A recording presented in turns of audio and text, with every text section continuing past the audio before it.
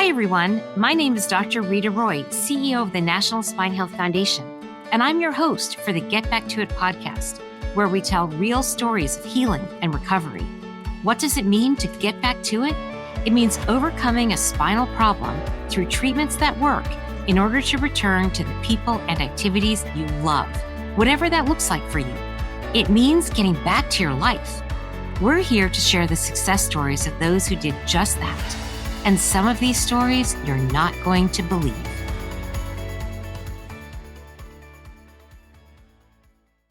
At the Get Back to It podcast, our goal is to tell stories of spinal champions who've been able to achieve a better quality of life through spinal health care.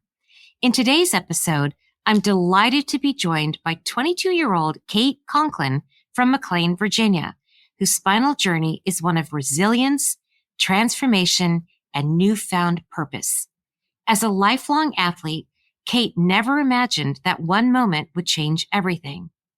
At just 20 years old, a disc herniation left her completely immobile, unable to sit, stand, or even walk.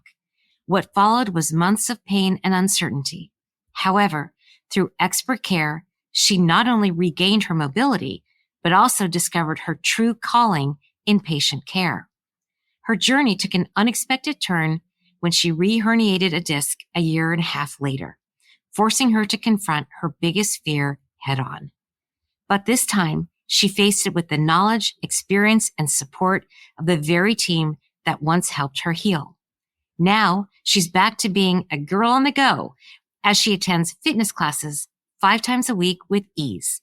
As a medical assistant and an aspiring physician assistant, she uses her story to empower and connect with patients going through similar struggles. Now you know what to expect. Let's get back to it and dive into Kate's story.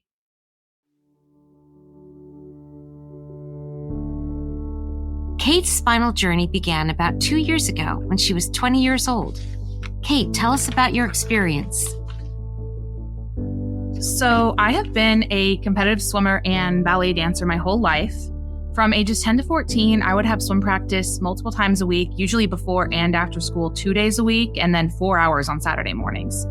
These practices also included an hour of dry land, which is essentially weight training.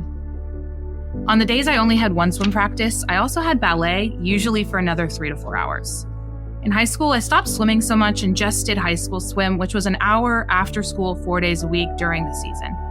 I started dancing a lot more, about 4 hours every weekday and 6 hours on Saturdays, more before Nutcracker season or competitions. I kept competing and training throughout my freshman year of college, and I took dance classes 2 times a week and performed with the dance majors at UT. Around the beginning of January 2023, I began experiencing episodes of mild pain and muscle spasms in my low back. I didn't think anything of this at the time. It would go away after 3 days with some Advil or Tylenol and heat. In April 2023, Kate was in her junior year at the University of Texas at Austin. To take a break from studying for her final exams, she decided to attend a Pilates class, an activity she regularly enjoyed. The class went on like any other class I had taken. I was getting dressed afterwards when suddenly my back seized and I fell to the ground. I'd never felt pain like this before in my life. I rushed to urgent care and I was given an injection of Toradol, a type of NSAID, into my left glute, and I took home some muscle relaxers. This didn't do anything for my pain. Kate was completely immobile. She was unable to sit, walk, stand, or even use the restroom. As a lifelong athlete and an avid Pilates and core power yoga attendee, this was absolutely devastating. I was in so much pain that I couldn't sleep. 3 or 4 days after the incident, I saw an orthopedist in Texas who said I had herniated a lumbar disc and wanted to confirm this with an MRI. The MRI showed that Kate had in fact herniated her lateral left-sided disc in between the L5 and S1 vertebrae. The doctor wanted to give me an L5-S1 transforaminal epidural steroid injection. This is when the doctor injects steroids into the epidural space, which is where the disc herniation had pushed out and was causing irritation on the nerve root. Putting steroids in the area minimizes inflammation and relieves pain caused by the herniation. During the injection, something went wrong. I believe the doctor hit a nerve root when injecting me because I suddenly felt severe shooting pain like I'd been hit by a lightning bolt. Then I started to have complete numbness in my left calf and foot. I developed a foot drop. My left leg was much weaker than the right leg, and I couldn't really lift my left foot to walk. I felt numb for about 5 to 6 hours, and then I was hit with excruciating 10 out of 10 pain. I even developed bladder incontinence. After this new development, Kate was rushed to the emergency room where she was given pain medications and had a CT scan done. This CT scan confirmed my disc herniation. It showed bone spurs at the L4-5 levels, which means that there were also abnormal bone formations at the end of my vertebrae, causing more narrowing and resulting in pain and irritation around the nerve roots. What was shocking was that the CT scan had also revealed that I had a 6th lumbar vertebra, something that neither the initial MRI nor the orthopedist had seen. I've learned that about 20% of people have a 6th lumbar vertebra, and most of the time it does not cause any pain or problems. However, it can make you predisposed to have more instability at that level, and therefore more likely to get a herniated disc from a normal movement, such as putting on pants. With this revelation, Kate hurried to see a neurosurgeon in Texas who suggested a multi-level fusion to remove the herniation because of her extra vertebrae. As a 20-year-old, the idea of a fusion really scared me. I wanted to do everything possible to avoid a fusion. When bringing these concerns to my surgeon in Texas, he advised there was one practice that he knew of that could do minimally invasive surgery, VSI in Reston, Virginia. This was great news because this practice was so close to home. Kate met with Dr. Chris Good at VSI immediately. He accurately diagnosed her 6th lumbar vertebrae and recommended an L6-S1 microdiscectomy and hemilaminectomy. A microdiscectomy is a minimally invasive surgery that can remove herniated disc material. A hemilaminectomy is another type of minimally invasive surgery that involves removing a part of the vertebrae to relieve pressure on spinal nerves. In the meantime, he sent Kate to VSI physical therapist Larry Grine for dry needling and exercises to help alleviate some of the pain. She had surgery 4 days later. I was able to walk out of the hospital just hours after my surgery without any pain at all. This was the first time I had walked in almost 8 weeks. I then began rigorous physical therapy rehab with Larry Grine and Jason Arnett at VSI PT, who helped me regain my strength and mobility as fast as possible so I could return to Austin. I also started seeing a nutritionist to reduce inflammation and lose weight, which would relieve the stress on my back. With all of their help, I was able to return to my life in Austin within a month after surgery. Excited about her recovery, this whole experience changed Kate's outlook on her future. At that time, I was majoring in public health and planned to go to graduate school for my master's degree in public health. However, my experience with debilitating pain and extraordinary patient care changed my life. I decided I wanted to go to PA school, and I switched my classes around to graduate a semester early so I could immediately start gaining valuable hands-on patient care experience. The summer after graduation, I started as a medical assistant at a spine and pain management clinic. This seemed like the happy end of Kate's spinal journey. However, things took a turn a couple of months ago, which was a 1.5 years after her surgery. From May 2023 to August of 2024, I was pain-free. The sensation returned to my left calf and foot, but by only about 50%. I was still very happy with these results. This past August, I began to feel some muscular pain again in my low back. I began dry needling therapy at VSI again about 2 to 3 times a week from August to December. In December, I developed nerve pain again in my left leg. It was less severe than it was before, but it was definitely worrisome. An updated MRI revealed that Kate had re-herniated her disc. This is not uncommon, but it was heartbreaking for me. I was terrified this would mean another 8 weeks of unfathomable pain and immobility, something I honestly was not sure that I could handle twice in under 2 years at only 22 years old. VSI was, once again, an answer to prayer. Dr. Thomas Wynn, a pain management specialist there, suggested another transforaminal epidural steroid injection into the L6-S1 level. I wanted nothing less than to have another injection after my terrible experience, but he made me feel comfortable, and the injection went perfectly, just like he assured me. Kate was also started on some nerve medication. This, along with the injection, gave her 60% relief in her symptoms. A couple of weeks later, she received another injection with Dr. Nguyen, a left S1 transforaminal epidural steroid injection, which boosted her relief levels to 90%. Thankfully, the injections were effective, and I'm currently not in any pain. I can stand and walk around patients all day long and go to core power yoga up to 5 times a week. I know that my spinal journey is likely far from over, an unfortunate reality that many patients face. However, my experience at DSI, my job as a medical assistant, and simply living through it twice have made that reality much less scary for me. Before my second herniation, I would tell people that my biggest fear was re-herniating. Now, I'm just grateful to know that this was, in fact, not the end of the world, and that there are answers and people who can help me.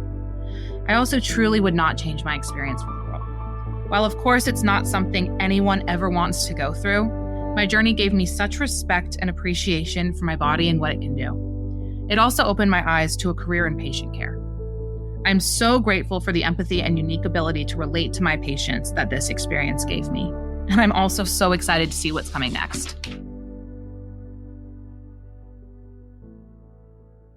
Wow, Kate, your story is so empowering. There are so many periods of uncertainty and fear during your journey. Mm-hmm.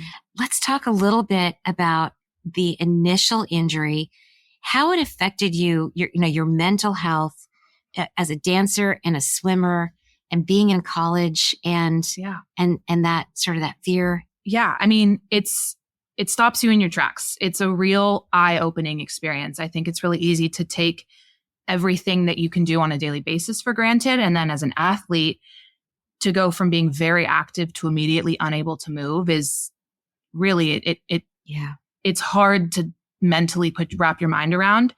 And in my experience as a dancer and a swimmer, and I'm sure is common amongst all athletes, so much of my identity was wrapped up in who I was as that athlete.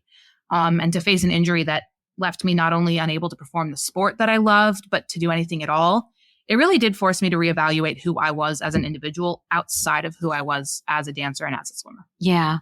I'm sitting here next to you talking with you, and I see this young, beautiful, gorgeous young girl who is vibrant and just smart and articulate and all the things. And it's just absolutely so hard for me to imagine what you've been through.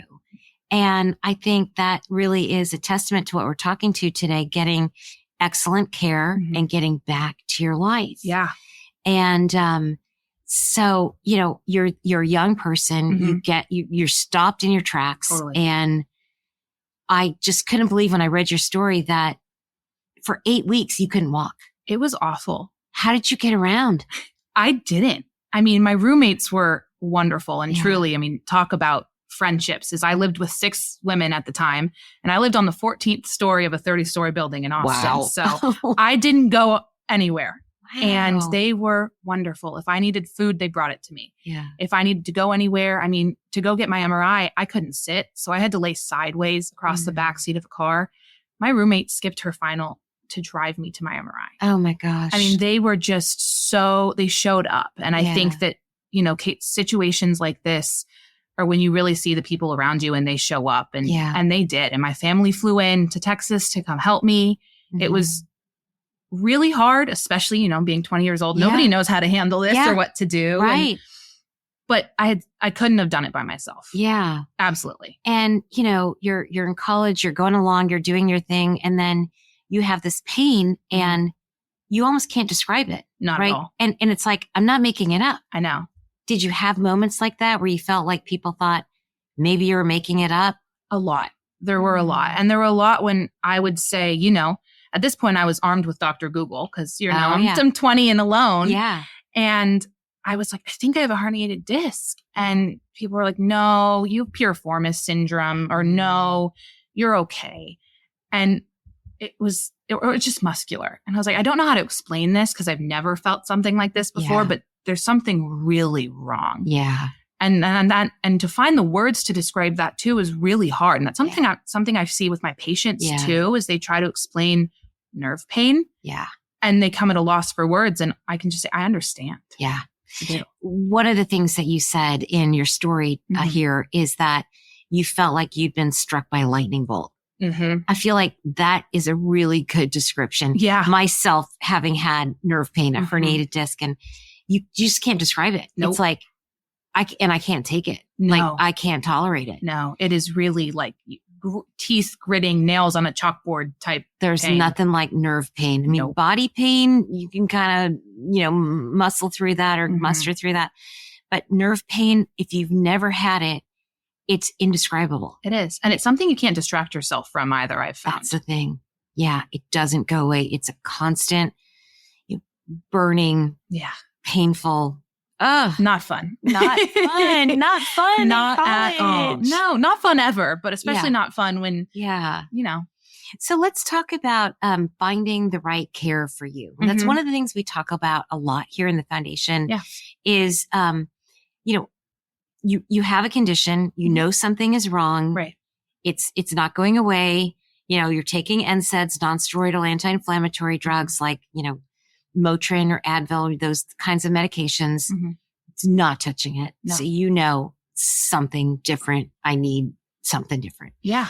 So you were in Texas at school and you went first to see an orthopedist? Yes, correct. Just a general orthopedist. Yes. And the orthopedist said to you, I think you've got a back problem. Yes. And I mean, that was pretty obvious considering I was laying sideways on the bed. Yeah.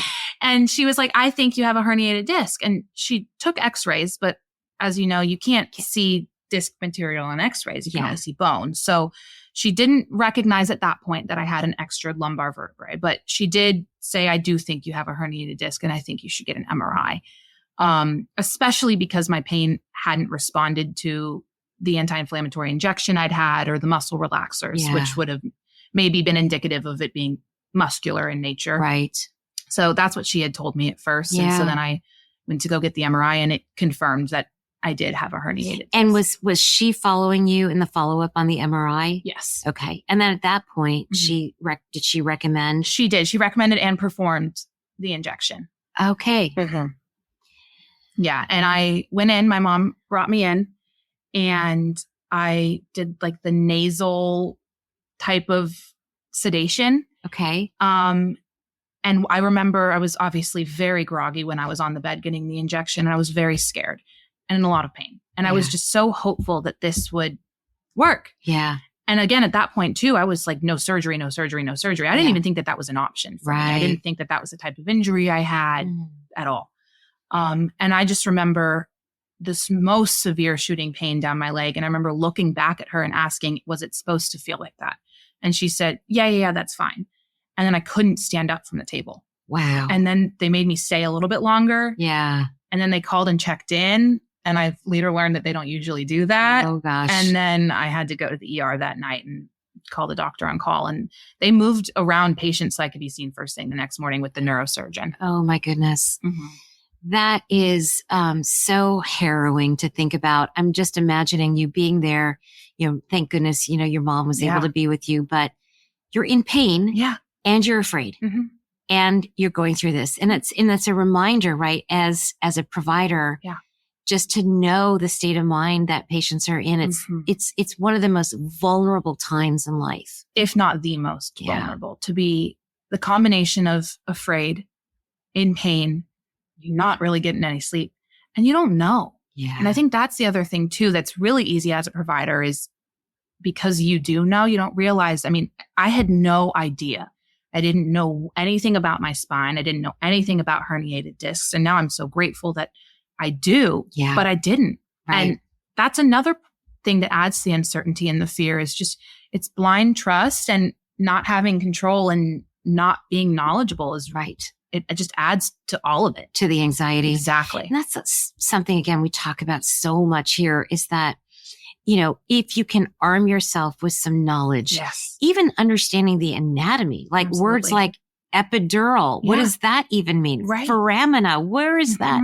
So, I think spine is so confusing to so many people.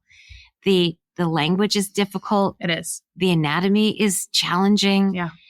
So there's just a lot to learn about. And disc herniation, it's a confusing topic. It is. It's like, what? It can resolve on its own? Sometimes it can. And how come mine isn't? And then she was like, we're going to do an epidural injection. And my first thought is, I'm not pregnant. Because that's the only context I've heard of it. And come to know that's the space that it is. That's not the type of injection. But you don't know that. Right. there were lots of those things along the line that I just learned through my experience. Yeah. But gosh, even the second time around, I had so much less anxiety just being armed with the knowledge that I had. Yeah. Well, so let's go back to that ER. The neurosurgeon makes time to see you the next morning. And were you in a wheelchair or were you using crutches or how were you? So it was pretty awful. I couldn't sit, but I couldn't stand because I was in so much pain. So they tried to give me a wheelchair at the ER, but I couldn't. And this is actually funny. They didn't have any beds. And it was the level 1 trauma center in Austin on UT's campus. And it was a 6-hour wait. Oh my gosh. So my mom said, do you have any open beds for her? Because they tried to put me in a wheelchair, but I was kind of on one side in the wheelchair. Yeah. I said, no, I'm full. So I was laying sideways on the linoleum floor of the emergency room waiting room. Goodness. And my roommate had just gone to go park the car. And my mom was like, we can't do this for another 6 hours. I mean, I was throwing up and couldn't feel my leg at all. Oh my gosh. And so my roommate came back around, took me to a second ER. They couldn't see me. What? We ended up going to 3 emergency rooms. Oh my goodness. And it was 2:30 in the morning before they could triage me. Oh my gosh. And at that point, I was just zoned out. Yeah. Wow. Like, you just kind of shut down and grit and bear through it at that point. Oh my goodness. Yeah. So it wasn't just one emergency. I can't even believe that. Oh my gosh. So you get to the third ER, and did you see a neurosurgeon that night? Or the doctor on call that night, they immediately brought me back. Thankfully, they just put me straight into a bed from the car. So I really just was laying on my side was the only time that I was not in 10 out of 10 throwing up pain. Yeah. So they immediately got me into a bed from the car onto a stretcher. So that I'm grateful for. Yeah. And that's when they did the CT scan. And I saw the doctor at the ER that night. I see. And then they just gave me enough medication really to knock me out. Yeah. Get some sleep. Exactly. And then first thing in the morning, my mom took me to see the neurosurgeon. Okay. So you get to the neurosurgeon. He looks at the CT scan. Yep. And he says what? He says, human anatomy says that you have 5 lumbar vertebrae, but you have 6. And is that the first time you were told that? First time I was ever told that. And that was my first question was, how come nobody's ever told me this? Yeah. And he's like, well, you've never had an x-ray of your back, have you? And I said, well, I did 2 weeks ago. And he was like, yeah, I guess they didn't see it. So that was at first. And then all the questions of what does that mean? And I guess it doesn't really mean anything on its own. But it, as I said, can make you a little bit more susceptible to having herniated discs due to the instability. But what this surgeon had said was because of the extra vertebrae and where the herniation is, your pelvis is in the way. So I can't perform this minimally invasive surgery called a microdiscectomy because of your anatomy. So I would have to do a fusion. And I'd have to fuse probably from your L3, your third lumbar vertebrae, to your SI joint, your sacrum. And he was walking through all of the restrictions to mobility and just also having hardware and immediately jumping to a fusion. I was like, there has to be another option. And how come you can't perform this minimally invasive surgery? And he said, I can't, but I do know somebody who can. And I said, well, then can I please go there? Yeah. Great. Yeah. That's great. Yeah, it was wonderful. And what was it about a fusion that scared you?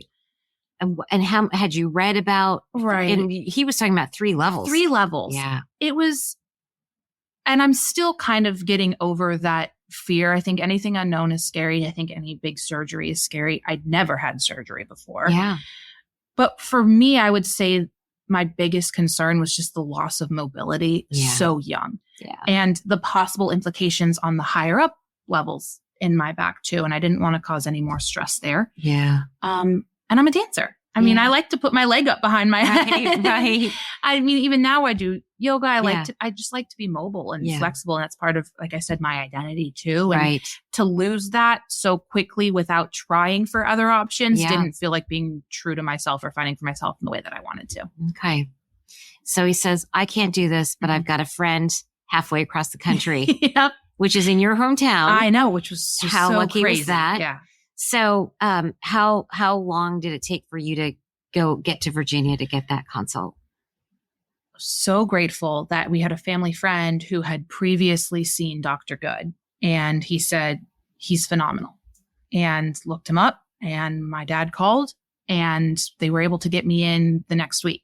So then the next question was, how do we get me home? Yeah.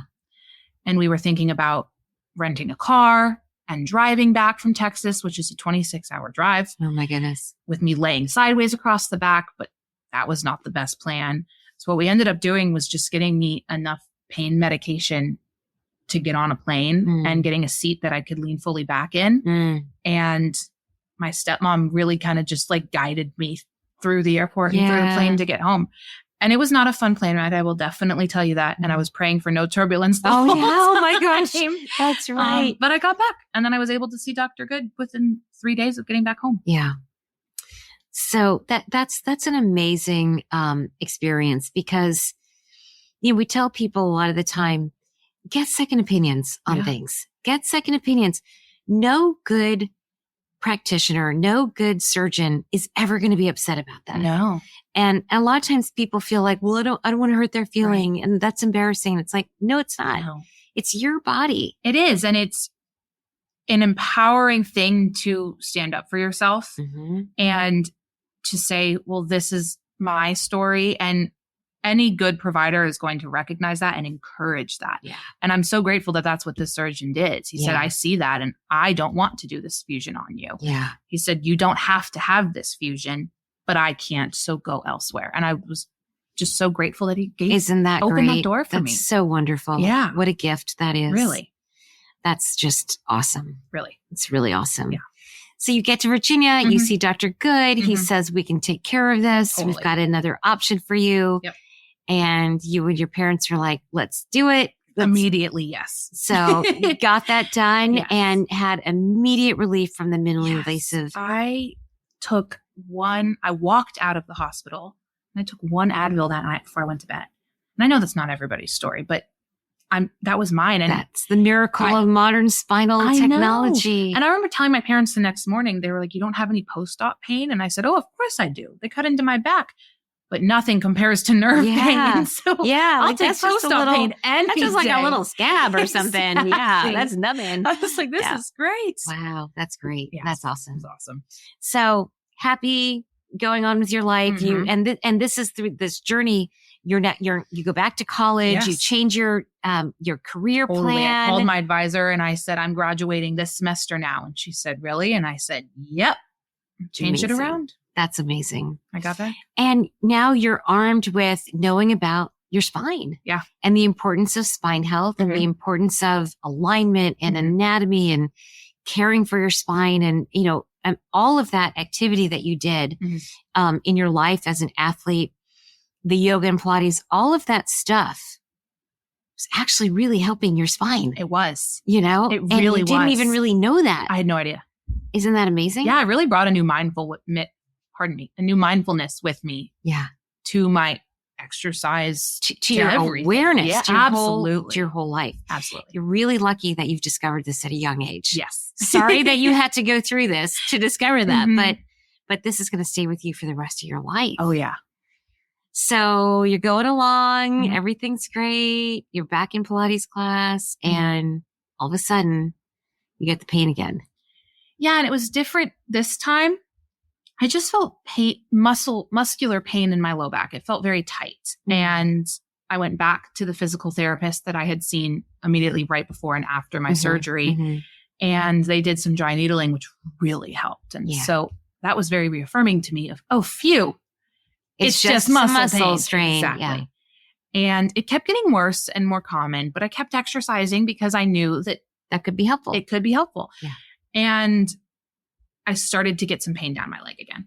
And unlike the first time, it came on gradually. There was no obvious inciting event that I could say, yes, this is when it happened.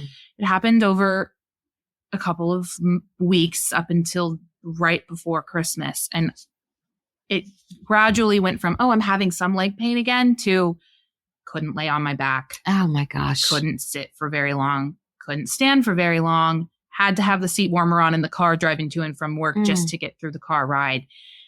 And I was like, okay, I think something's wrong again. Yeah. Early recognition of that, do you think was helpful this time? Like knowing that I'm going to watchful waiting, see what's happening here. But no, this is wrong. Something's wrong. I do. And if not just for the treatment, but for the emotional, mental aspect of it, is there's so much of this, all of it is out of my control. Yeah. That's really hard. And so just to know, to be armed with my past experience, with my newfound knowledge, to know that there is always going to be a care team that is there to take care of me and people, all of that made it a little bit easier this time. Yeah. And so the catching it easier and knowing what to look for. Right. When I did start to have the nerve pain, it made it easier for me to grapple with, okay, something's wrong, but so now what? Yeah.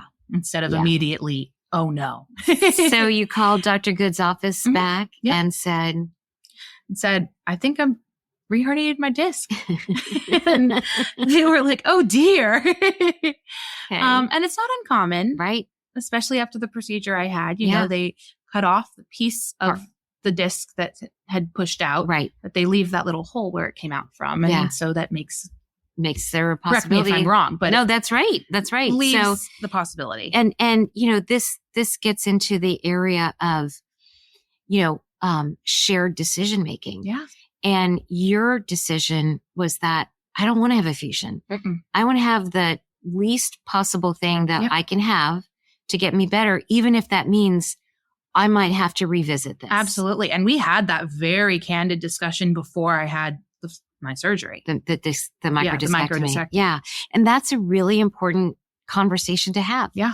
Because we live in a world of shared decision making. Absolutely. Where your surgeon can say, well, there are different ways to go with this.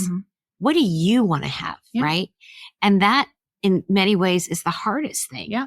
Because you're sitting there saying, I don't know. I haven't gone to medical school yet. You know better than me. You pick. You're my doctor. You tell me what to do. Yep. And that's where getting informed, becoming knowledgeable so that you can advocate for yourself, just empowers you in those conversations. So much. That's what we are doing right now. Yes. Is we're sharing this knowledge so other people can learn. Totally. And I, at that time, was combing through anything that I could possibly find online of somebody who had experienced something similar. I mean, I was going through TikTok. I was going through anything online. I actually was reading blog posts on the National Spine Health Foundation website.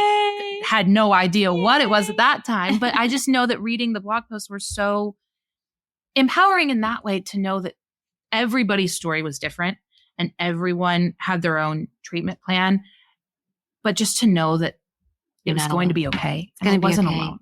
It's going to be okay. And you're not alone. And I'm not alone, which is huge. Yeah. And it's going to be okay has different levels of okay. Yeah. And it's different for everybody. I know. And it all depends. Yep. Right. And I'm still finding out, I'm still on my journey of seeing what's okay going to look like for me. And there's a certain level of empowerment that comes with being comfortable and sitting in that unknown and that uncomfortability.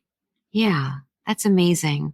So you had a second surgery with Dr. Good? No, I did not. You had. I had the epidural injections. Yes.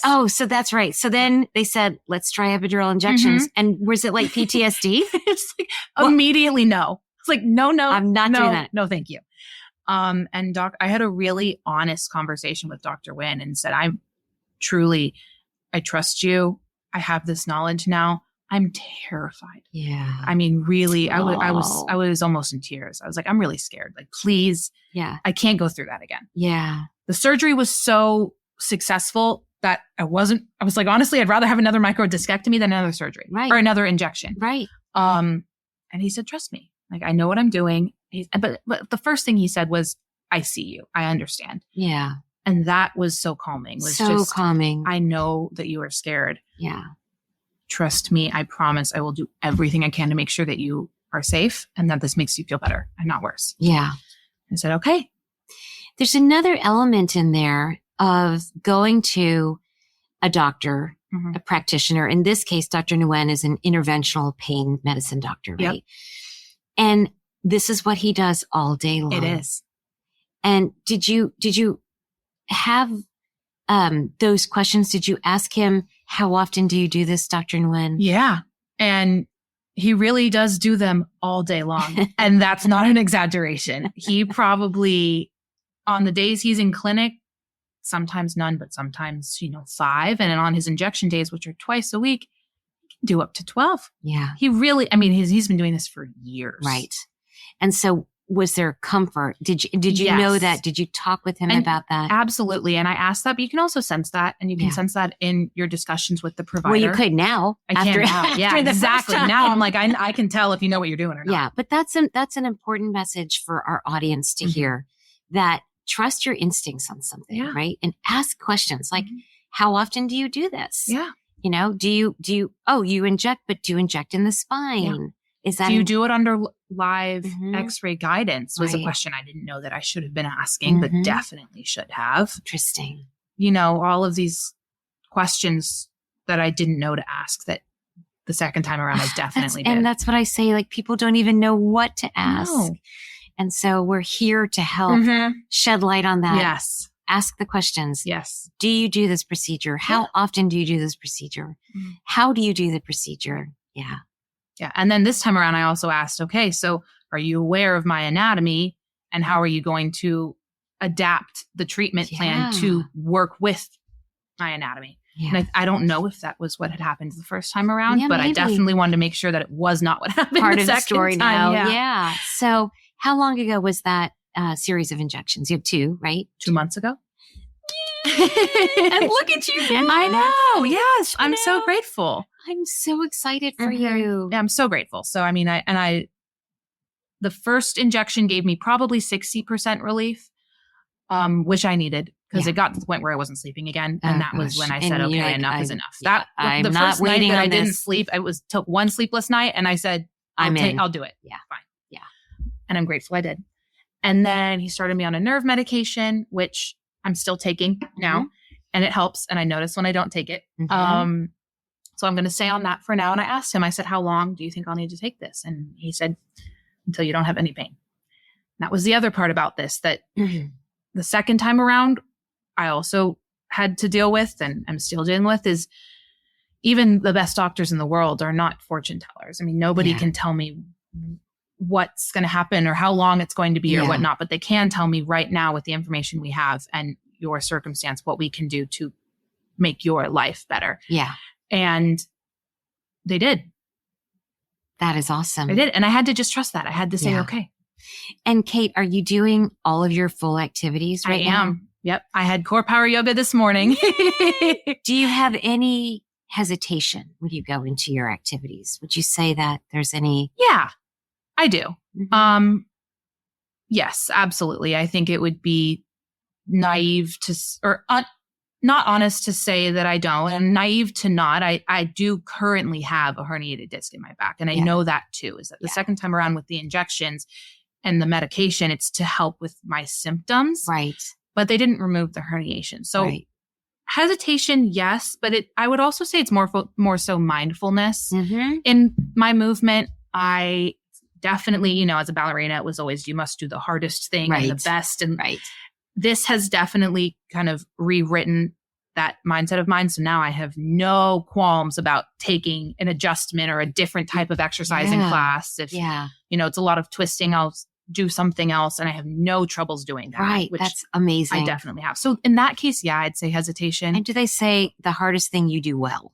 Right? Like exactly. If you get to a point where you can't execute it well, that movement well, then you don't, that's when you stop. Exactly. And trusting my gut too. Sometimes I don't even try and do a movement. I'm just like, that doesn't feel, and some days it does feel like something I can do and some days it doesn't. Right.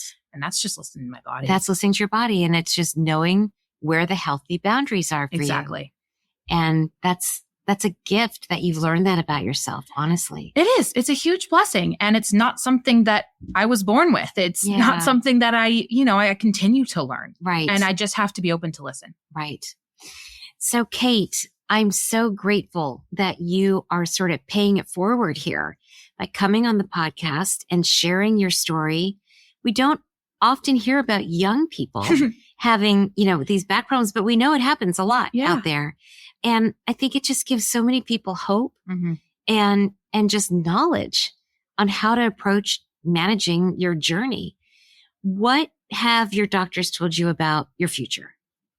I know they're not fortune tellers, but Right. what kinds of things have they said to you that you're just sort of kind of keeping in the back of your mind? Yes. So I likely will need a fusion. Almost definitely will need a fusion. And the conversations I've had with my doctors were, of course, there's regenerative options, but because of the disc degeneration that I have now had, that the second MRI showed, and the recurrence of a herniation again within 2 years, there's definitely some instability there. And they said, it's up to you if you want to do it now and get it over with, or if you want to wait and push it back, but you may reherniate again, or this current herniation may get worse. And I decided that I wanted to push it back and wait because the injections and the medication are so helpful for now. But it's been 3 months. Yeah. So I'm kind of in the trust the process and see where it goes. Yeah. I'm much less scared now. That's so good. And I know that they could do a 1-level fusion. And there are ways that I can do it that can maintain my mobility as much as possible. Yeah. Because I'm just 22, I'd really like to put off putting any sort of hardware into my body as long as possible. Right. But I've also recognized that this is my story.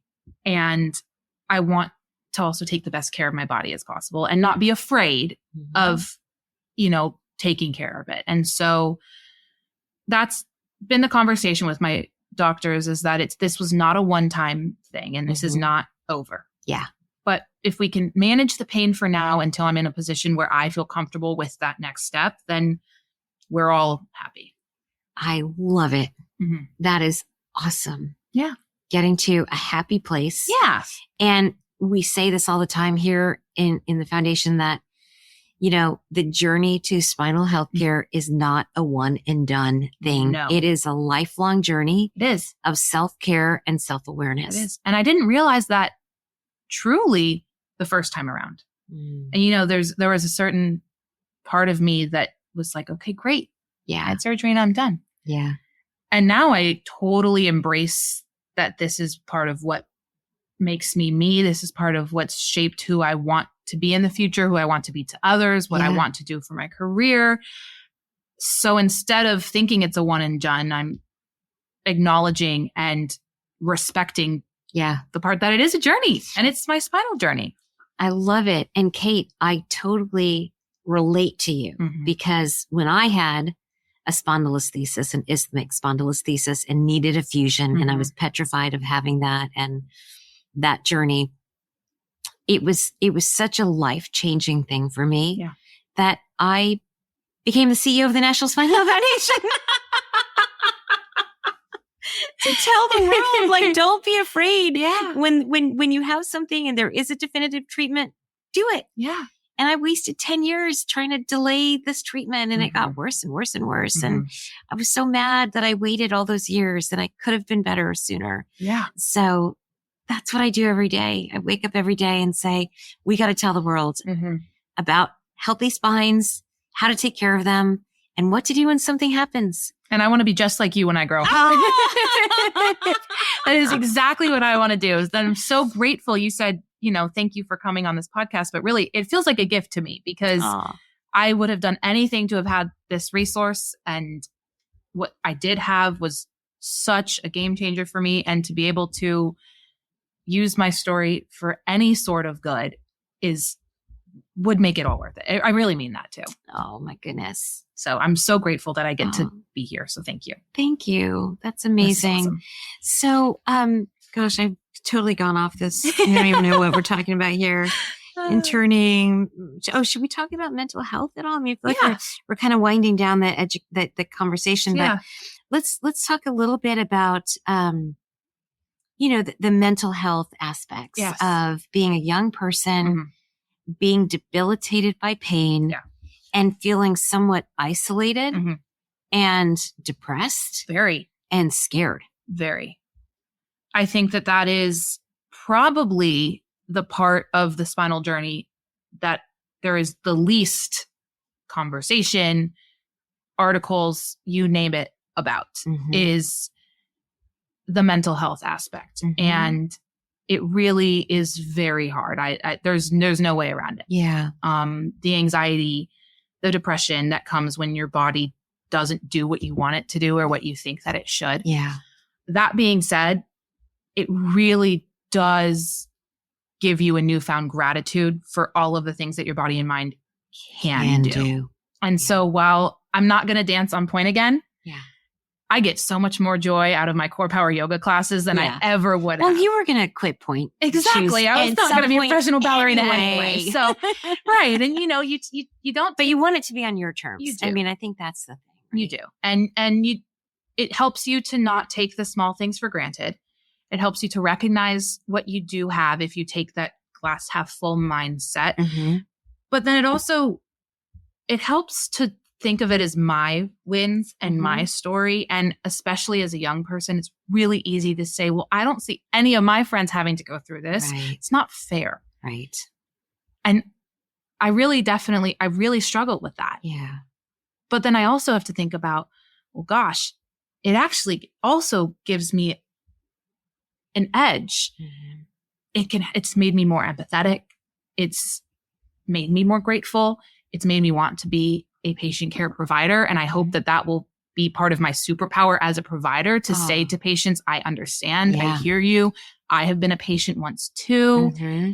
I think that trying to really actively, and it's not easy, but actively, intentionally choosing to change my mindset and my view and think of it as part of what makes me special instead of that's not fair helps a lot. To kind of get out of the victim mindset, right? Totally. Did you have any help with mental health sort of realignment, to use a pun? Yeah, absolutely. Not after my surgery. I had definitely been in counseling growing up and in high school, not in college at all, but that definitely armed me with the tools to then be able to, through this injury, talk about it. Right. And I had reframe it. Right? Yes. That was a tool that I had learned earlier on. That's amazing. Became very useful in this circumstance.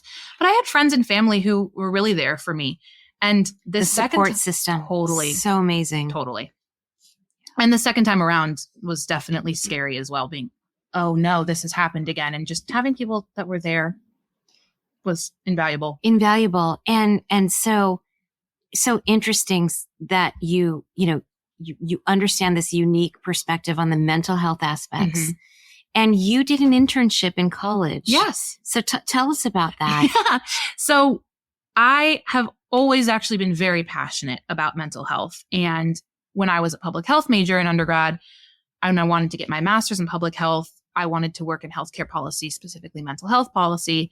And when I herniated my disc the first time and had surgery, I had just started an internship at the Texas Higher Education Coordinating Board, working on mental health initiatives on college campuses. Wow. And I'd been there for maybe 2 weeks when I injured myself. Oh my gosh. And the reason I wanted to get back so fast was I wanted to get back to my job.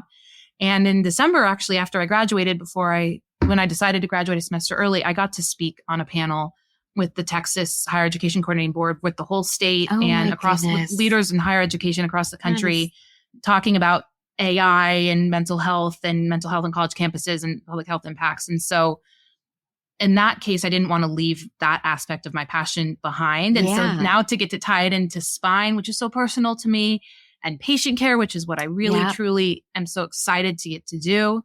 It all feels very, it's coming together. It is. It's all come together. Yeah.